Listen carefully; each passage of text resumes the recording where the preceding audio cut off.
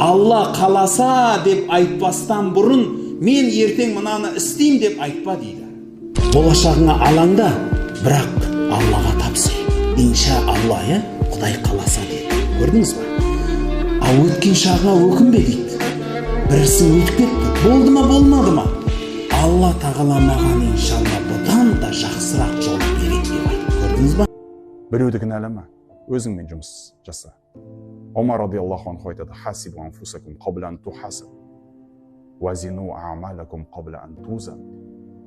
Қияметтің есебі басталмай тұр, өздерің есептеңдер. Не істедім, не қойдым? Не жақсылық, не жаманым бар? Жақсылығымнан жамандығым артып кетті ме, әлде аз ба? Өздеріңнің амалдарыңды, жақсы жаман амалдарыңды ертең таразы қойылмай тұрып, осы дүниеде таразылап өлшеп тастаңдар.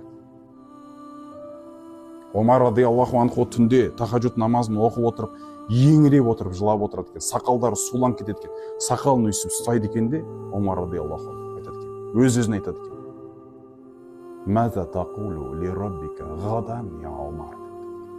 Ей Омар, өз-өзіне айтады екен, ертең Раббыңның